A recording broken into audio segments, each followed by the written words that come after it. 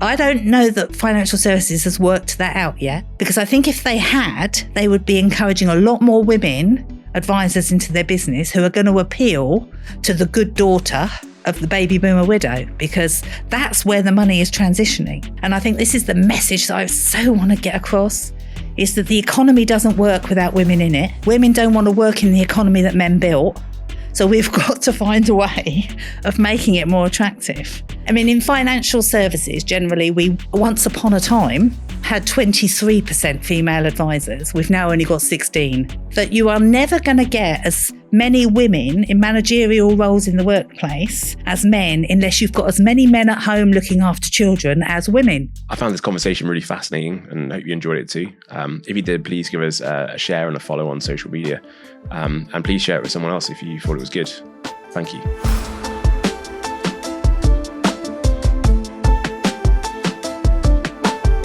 Sam, hey, thanks so much for coming on.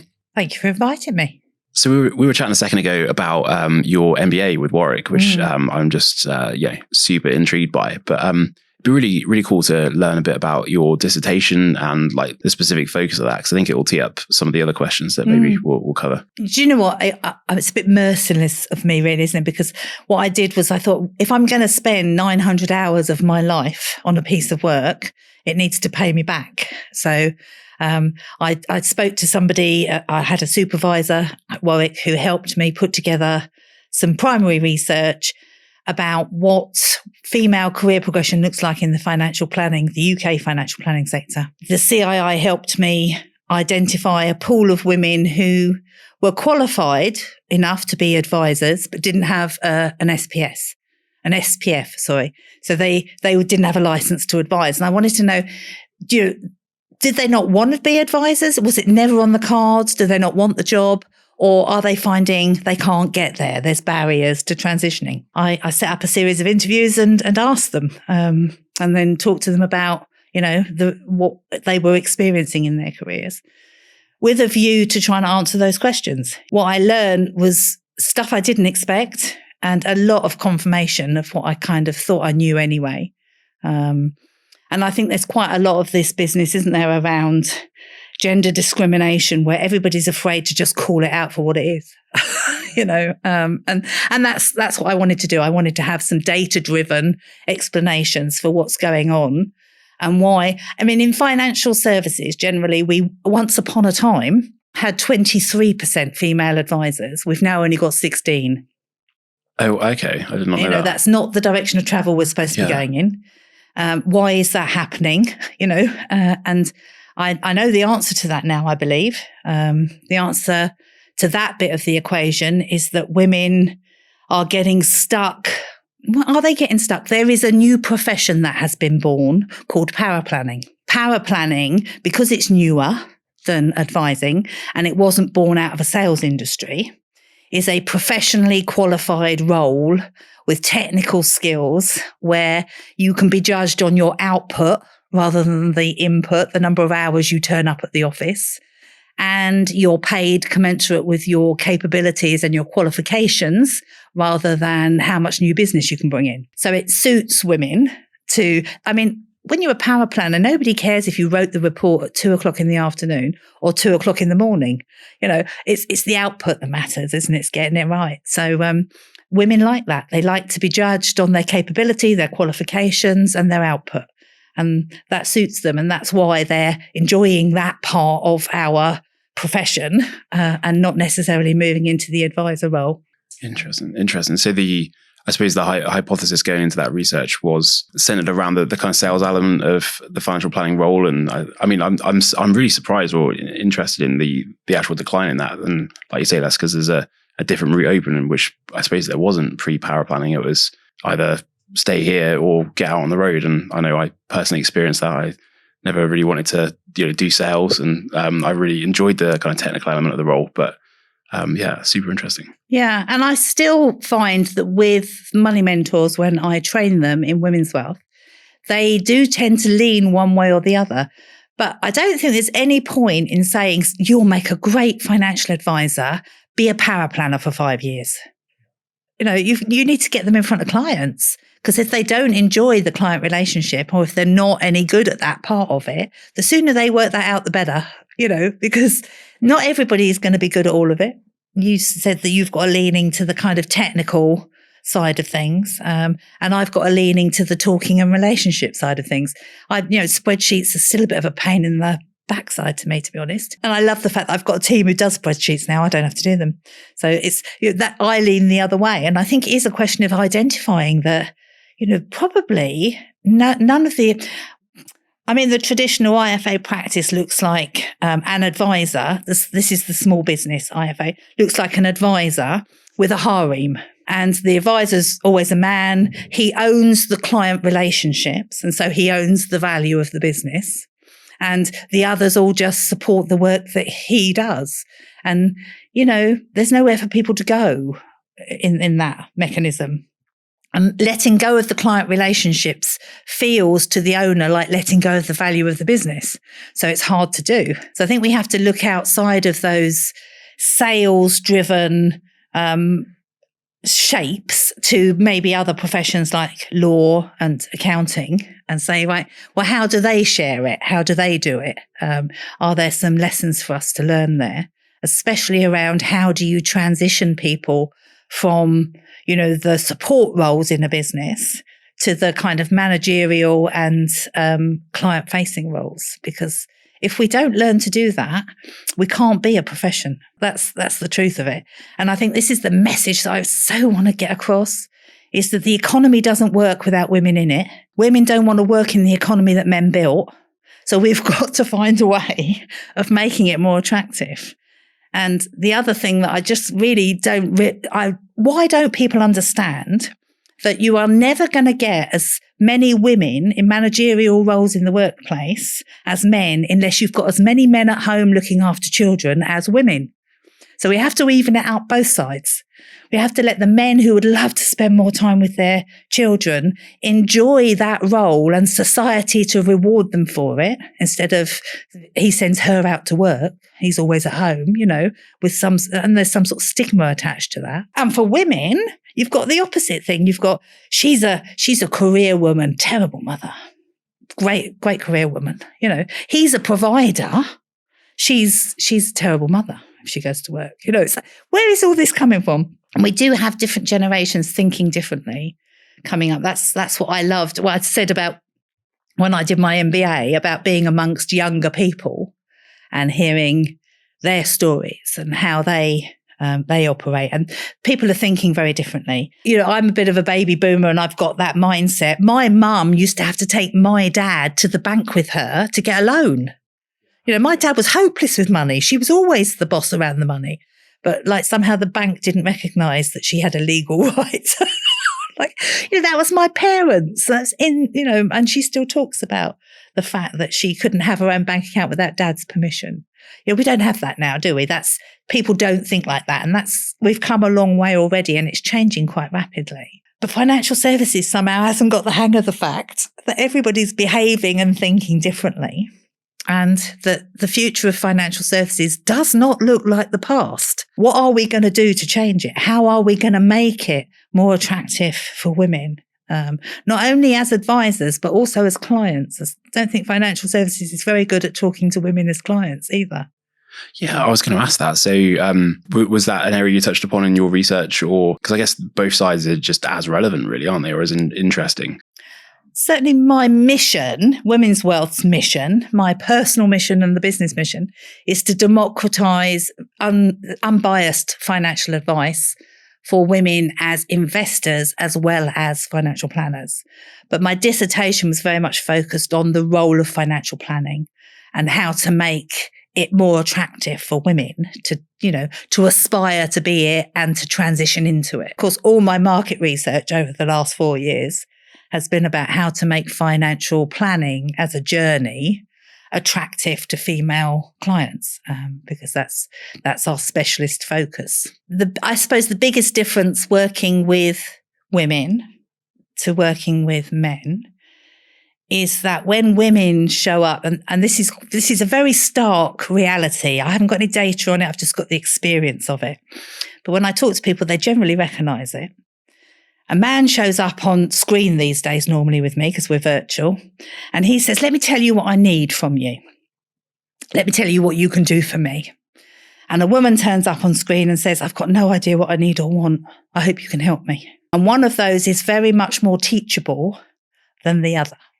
So one of them you have to serve, and one of them you co-create and educate.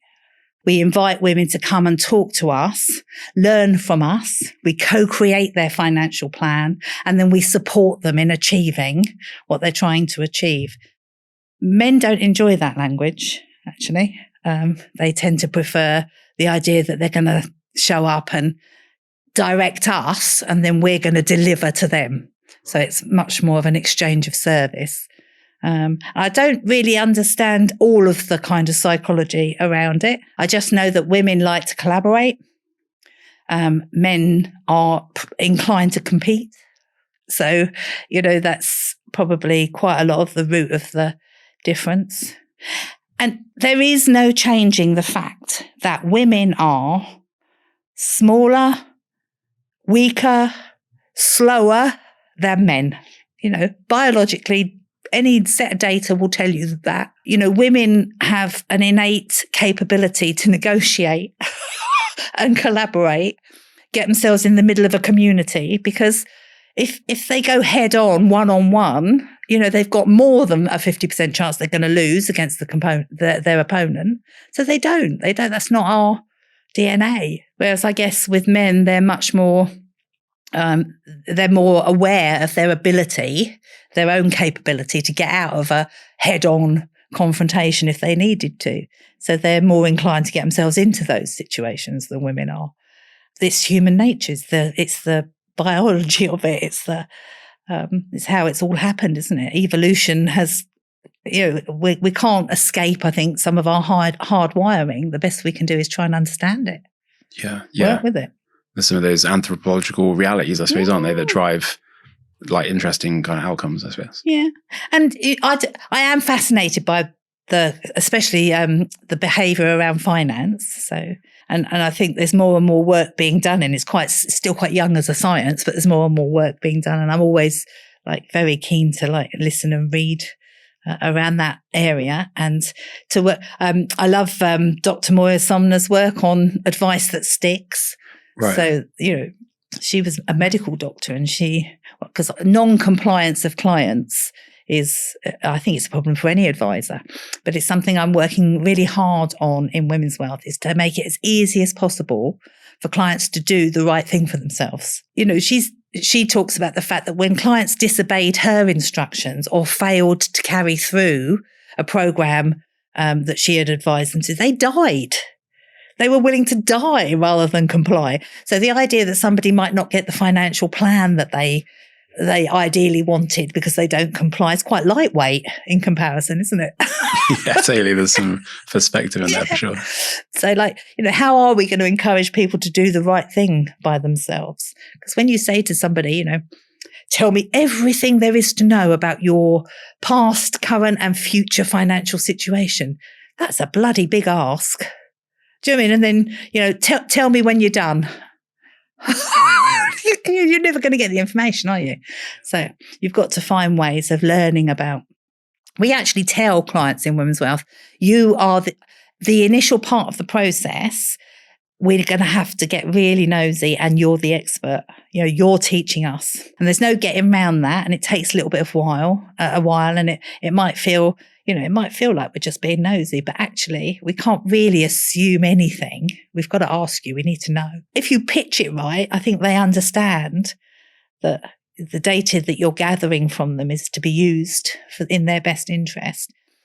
And I do wonder whether some of the organisations that manufacture products and distribute them can persuade their clients quite the same thing. And maybe there's a level of defensiveness that happens because the client knows, actually they just want to sell me stuff. Yeah. And that's why they're collecting this data. Where, of course, we're able to actually say to clients, the only thing we sell you've already bought, which is our service as an independent financial advisor. So we won't use this data for anything except designing a solution for you, and then work with them to gather it accurately. But it takes a long time. It takes a long time to do a proper fact find for a client. I wondered if you could talk me through the proposition and what led you to create, I suppose, Women's Wealth and what it is and how it differs from, I guess, the traditional financial planning practice, for want of a better description, that you're already running. Yeah, I mean, the other business, I'm very lucky. My son took over. He followed me into the profession. He wanted to be an IFA. He took his degree in banking and finance, and he wanted to be an IFA. And he followed me into the business. He's chartered, and he now runs my original financial planning firm called Pentits, which has left me before he kicks me out.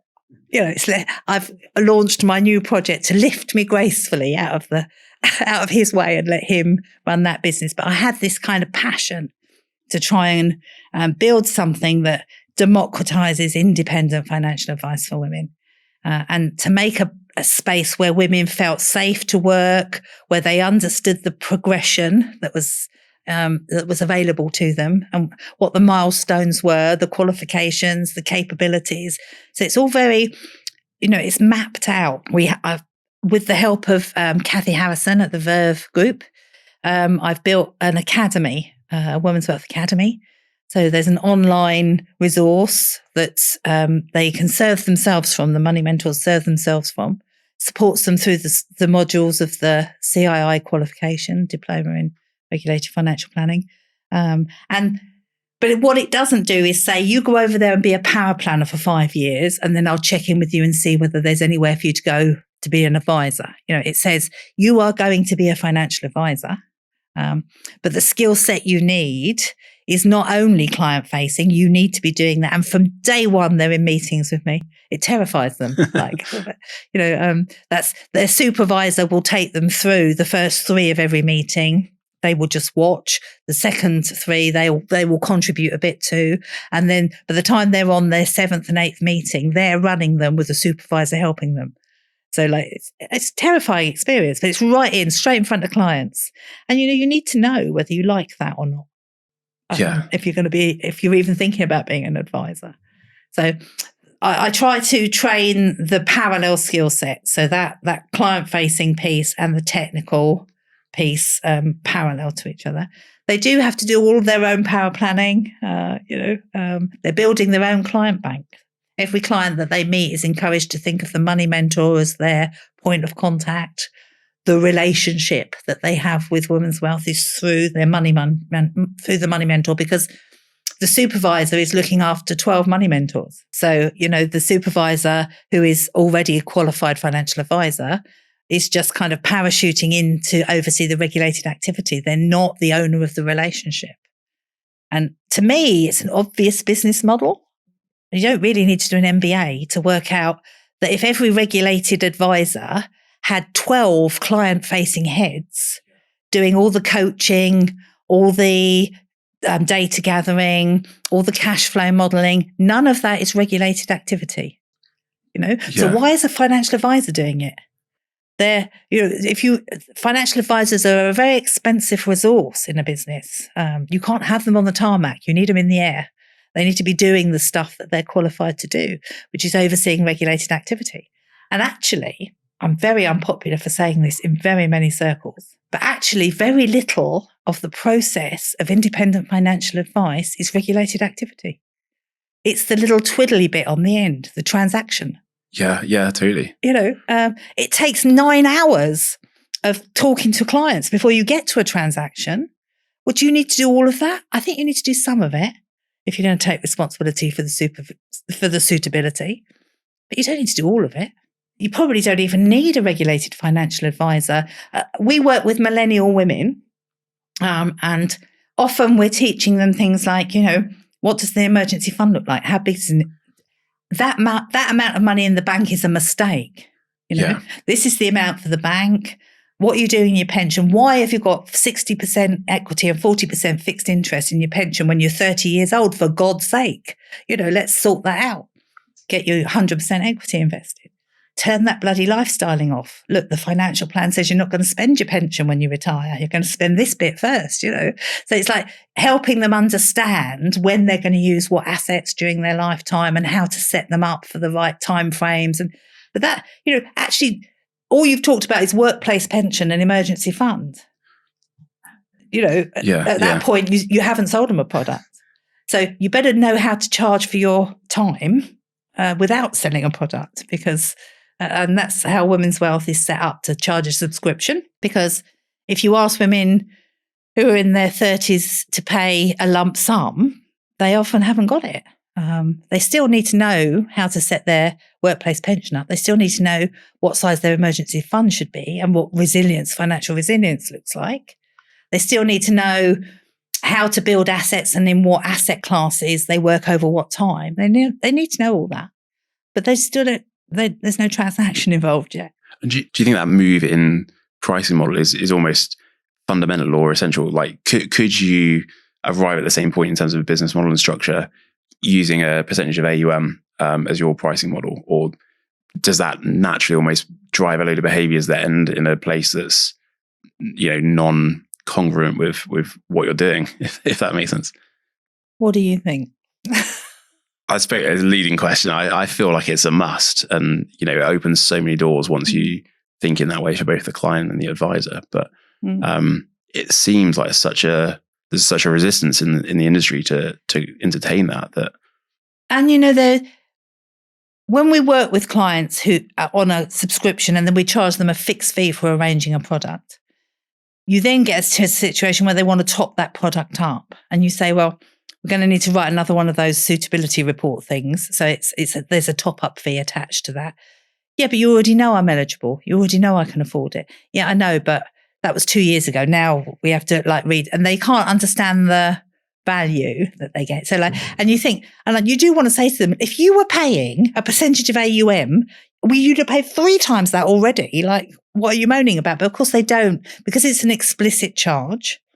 And because clients who lose a percentage of their investment don't necessarily understand the pounds, shillings and pence value of what they've paid for that advice, which is why we've got a regulator, of course.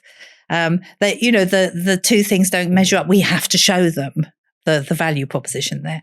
So I think psychologically there are a lot of pluses to charging a percentage, not least of which is that the client doesn't understand it. So they don't moan about it. But is that good for the client? Is that good for the profession? It's great for the industry of manufacturers, which I think, again, is why we've got a regulator, isn't it? So yeah, you know, there are psychological benefits, I think, to the client of a net return after all costs. They can understand that, but what they don't understand is what they're paying for the service that they're supposed to be getting around advice and help, you know, coaching with their finances. So I think I deliberately wanted to remove from Women's Wealth the risk drivers for doing the wrong thing. Yes. Yeah. So overselling insurance because you get a bigger commission, cleaning out the emergency fund because you get more if they invest more, you know, and helping clients understand that it doesn't matter to us whether you consolidate into your workplace plan or the other one, because we're going to get paid the same. You know, so you take away a lot of the risk drivers for doing the wrong thing by clients. And I think that's, you know, it certainly means I don't expect Women's Wealth to be on the FCA's radar as a high risk company. Whereas if you're a product distributor training people to distribute your product who have to have an advice qualification to be allowed to do it, but the more they sell, the more they earn, you know, who's the one who's likely to be, you know, thrown under the bus in that scenario? It's the client. Yeah. Which is why it needs regulating. But if you look outside of financial services and you look at no-win, no-fee solicitors, they're starting to look very much like insurance salesmen used to look like. Yeah. Aren't they? So, you know, but I know a lot of people who would go after a claim on a no-win, no-fee basis, who wouldn't stump up a few grand of their own money, to have a go at the gas board because they left something sticking up out of the pavement, or, so like, I don't know, like human nature wants something for nothing. And whether they actually get something for nothing, if it appears like they got something for nothing, they seem to be happy about it. So I don't know. We get very discerning clients at Women's Wealth. They've worked out that they don't want to be paying percentages. We speak to them in a language which, that appeals to them. We talk about these things. We talk about the fact that, we don't mind whether you've got a tiddler or a whopper of an investment to do. We get paid the same. So like, don't feel embarrassed. You've got to start somewhere. And, you don't have to hand over shed loads of your wealth. You don't have to share your wealth with us. It belongs to you. You pay us for the service of being your financial advisor. And they like it. Totally. And it's a very clean model, isn't it? Yeah. And I suppose it kind of drives behaviors in you and your business that you're investing in that financial planning product rather than other you're going to chase the money. That's kind of the intent of business. I suppose one of the questions that I get posed, given my support for that kind of a pricing model, is it profitable? Is it scalable? Is it as attractive for the people in the practice, and especially for, I suppose this brings into question maybe even the consolidation or routes of exit for your traditional kind of financial advice business. But how do you kind of see that longer term play? Well, private equity has got the hang of the fact that this kind of regularly recurring revenue that IFAs have built, or all advisors have built over a long period of time, is like a very reliable, easy to earn stream of money. And then that's where the consolidation model's coming from. They're like throwing money at like buying that up. But I think that gravy train is slowing down. I think we only have to see what Consumer Duty has already brought about in the way of change. I'm just really a bit miffed that as an IFA with a business model like Women's Wealth, I've had to jump through the same Consumer Duty hoops as SJP and Quilter, because like if they'd actually asked SJP and Quilter to do what the rest of us had to do post RDR, we probably wouldn't have needed Consumer Duty. So it does seem like we're all treated the same when we're not actually doing the same job. One's a manufacturer and distributor of products, and one's the provider of professional services. They're two different things. So we could probably do with being regulated slightly differently. And I certainly think PI insurers have started to get the hang of the fact that there are two different things going on out there. But you're right. Which one of those business models is the most profitable? For who? I think probably there's a three-legged stool, isn't there? There's the shareholders, the distributors, and the clients in these models. And I think with a lot of the vertical distributors, the client's leg was a bit too short, and that's why the stool was wobbly. And we've got the regulator now saying you need to be shaving the shareholder and the distributor's legs so as everybody's getting an equal share of this pie. And that's what we need a regulator for. I don't think that happens in independent practices, independent financial advice practices so much, because we're not distributing product. That isn't our reason for being. Our relationship with our clients is our primary value, not product distribution. So, to do anything that would undermine our client relationship devalues the business. So you haven't got that same kind of distributor leg on the stool, have you? Like to worry about. The percent AUM model. The AUM model builds in certain practices and behaviours that I would prefer didn't exist in a financial planning practice that I'm in charge as a senior manager over what's happening in there, because it breeds behaviours that aren't client focused. All the time, my money mentors are paid to do the right thing by clients. That's how they earn. Then why are they going to do anything else? So like it makes it a much easier business to manage and monitor. And surely if we just carry on doing the right thing, the clients are not going to notice. We haven't had a single complaint in 4 years.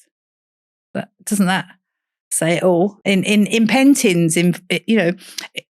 2014, Pentins was started, and we've had 2 complaints, neither upheld. So, that's the sort of record the regulator's got to look at and go, well, I think they must be doing all right. Unfortunately, when you look at the statistics from clients, like all of our clients say we're fabulous, it's absolutely useless doing surveys with them. They don't give us any workable feedback, really.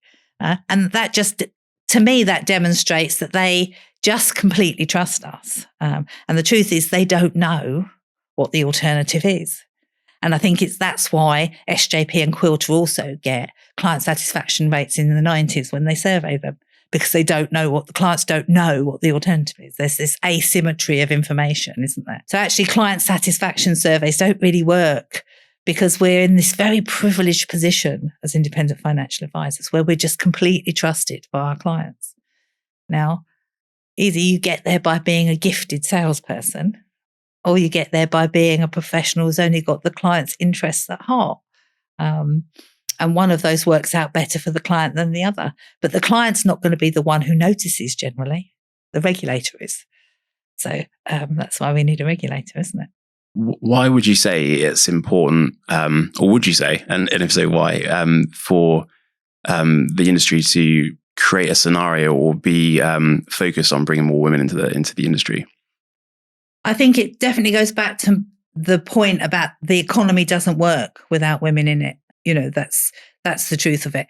And if we don't encourage women into the economy that men built hundreds of years ago for men, and all the templates that exist out there for the ideal manager or the ideal financial advisor are built on hundreds of years worth of data based on men.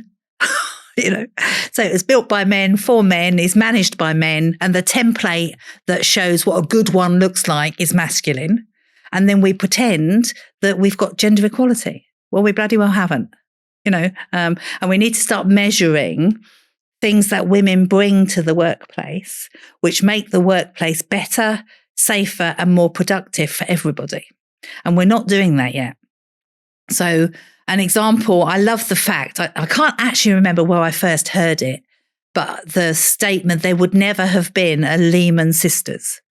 So, Lehman Brothers went out of business because they were too far out there in terms of risk. And that the groupthink around that, if there had been half a dozen women in Lehman Brothers, like helping with the risk management, that wouldn't have happened. Just wouldn't have happened. And, we say women are risk averse. I don't believe women are risk averse. I think women are risk aware. And that comes from being smaller, weaker, shorter, slower than men.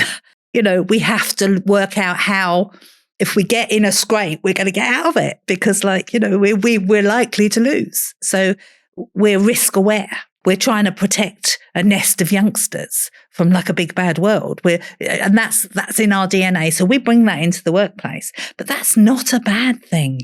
Why does business think that's a bad thing? I'm sure Lehman Brothers wish they had a sister, So I think measuring the things that women bring, which contribute to a workplace. So diversity of thought by having that other perspective.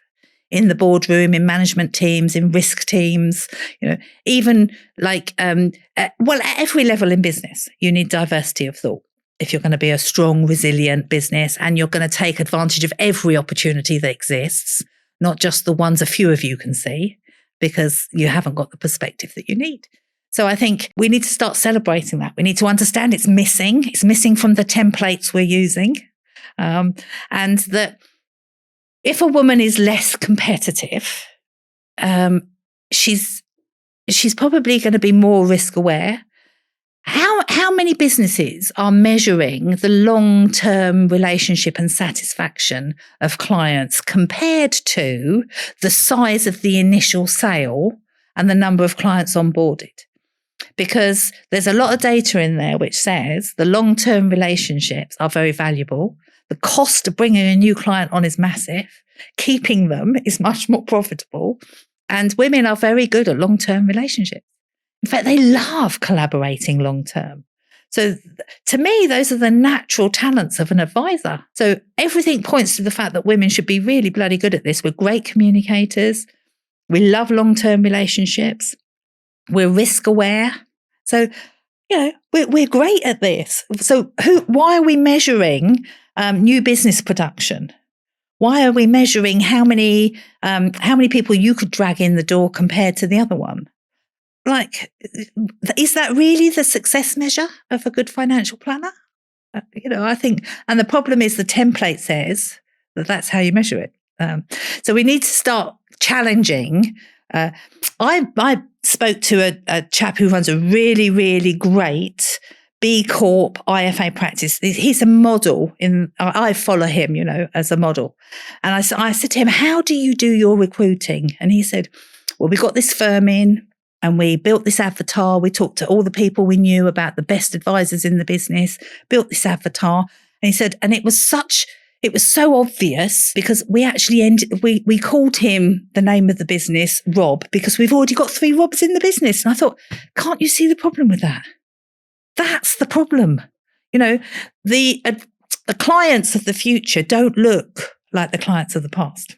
There was a McKinsey survey, it's quite old now, and it's the one that says that the majority of wealth will be managed by women by next year, 2025, it says. I thought, oh, gosh, that's just around the corner. I think the data's probably old now, to be honest, but it's still absolutely evident in the world I work in with millennial women that the baby boomer men are dying, leaving their money to the baby boomer widows.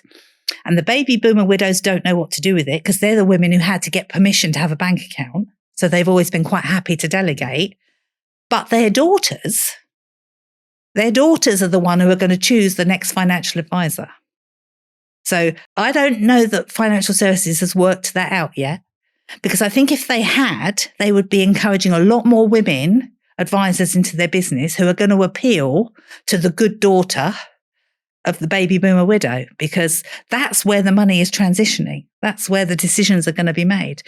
I'm literally banking on that, by the way.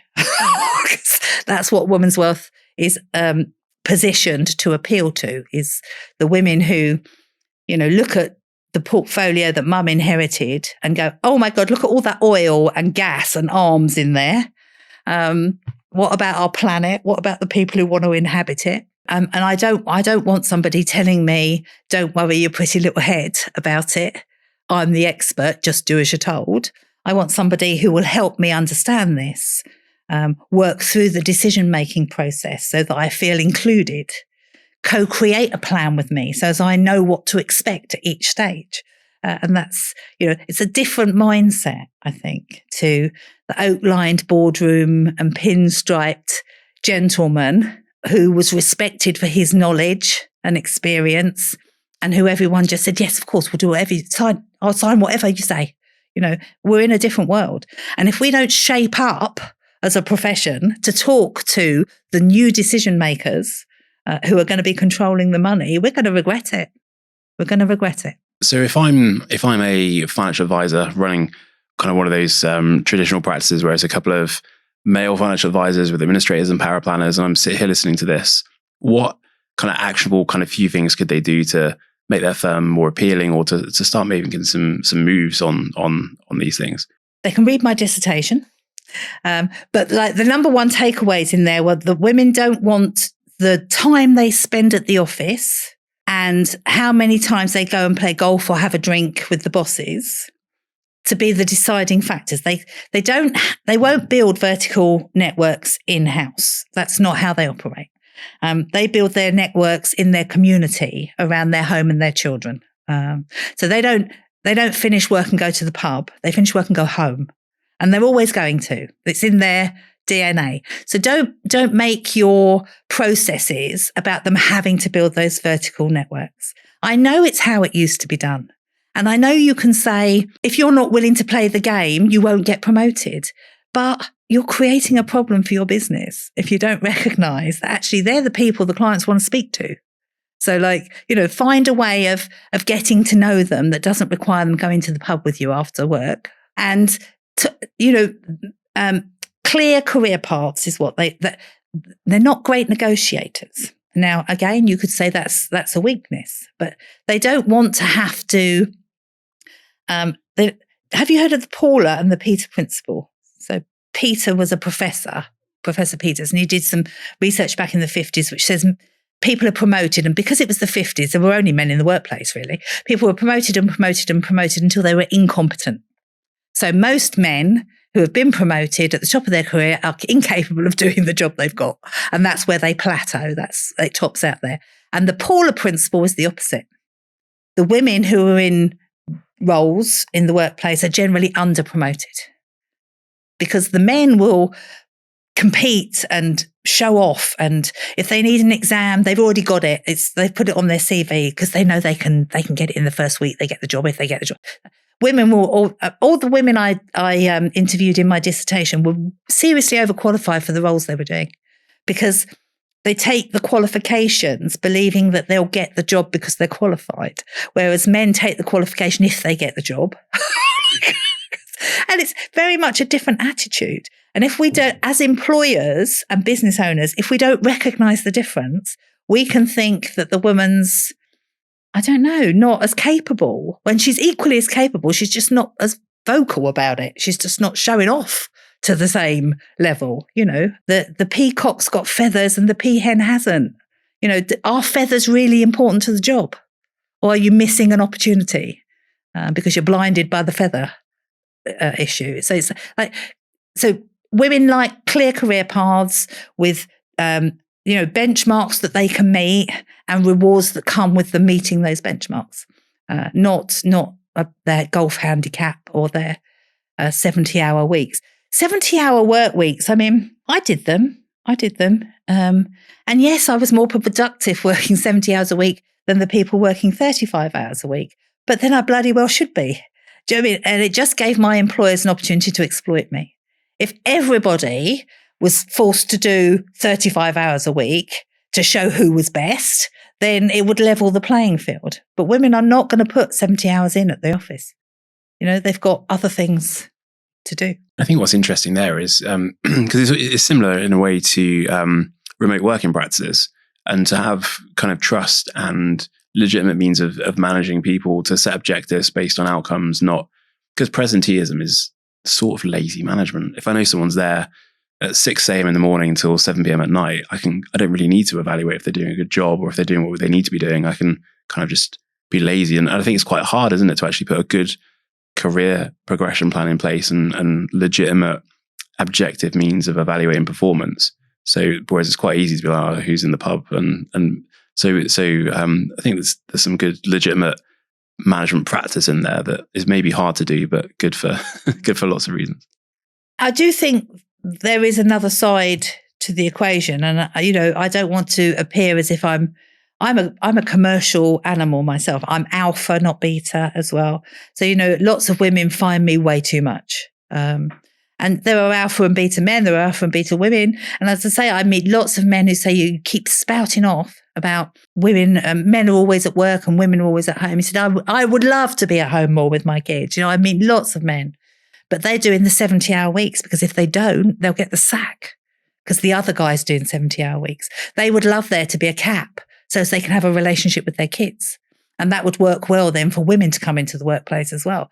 So, we're allowing employers to exploit the workforce. Is that fair? Is that good? Does that create a great society? What's it doing to our kids when nobody's around to look after them? So I think the whole thing's a bit out of balance, really. People need to be talking about it and asking to be measured differently. Home working is a challenge. I couldn't do it. I can do it now. Now the kids are grown up and running my business for me. But when they were little, I couldn't do it. I tried, but even when there was somebody in the house looking after the kids, they would still want me if they fell over. So, it was kind of, I found it very stressful to be available to, or to be in their vicinity and not available to them. So I found it very hard. And I think that I think it's a combination of COVID and home working. A lot of people having to work from home and there was no mechanism for managing them and they were trained to do it. And we've gotten to a stage now where, home working means part-time, not flexible. And that's the women out there who want to build a career in financial planning, flexible working is not part-time. So get over that idea. And you are not going to build your own business from scratch as an independent financial advisor on 25 hours a week. It's going to take you 50 hours a week. So suck it up, work hard, study hard. And it's a get rich slowly scheme. Financial services has always been a get rich slowly scheme. You start off with half a dozen clients and you end up with 600 clients. And when you've got 600 clients, you earn more than when you had half a dozen. That's the way it works. So work out how you're going to finance that, keep it real, work with people who have a culture that you respect and admire. You could earn more working for a vertical sales organization, for example, than you could as a professional financial planner with Women's Wealth. So what is your motivator? Do you want great relationships with clients? I get invited to the weddings of the daughters of the parents that I set up the wedding fund for 25 years ago. This is long-term stuff with great rewards. So that's the bit of the job I like, the people bit and the client-facing, client-focused part of it. I know other people absolutely love the kind of target of sales and that dynamic driven environment. It's not me. So decide which camp you're in. Set yourself up to succeed in that camp. Don't try and play in the camp you don't belong in. It'll eat you alive. So, yeah, and it's it's a lovely career for the right people, very rewarding, but it's not a piece of cake. You're still going to have to study hard, work hard, and build it slowly. So. Oh, Sam, that was absolutely fascinating. I've really enjoyed that conversation. So thank you so much. You're welcome. Thank you for inviting me. I've enjoyed it.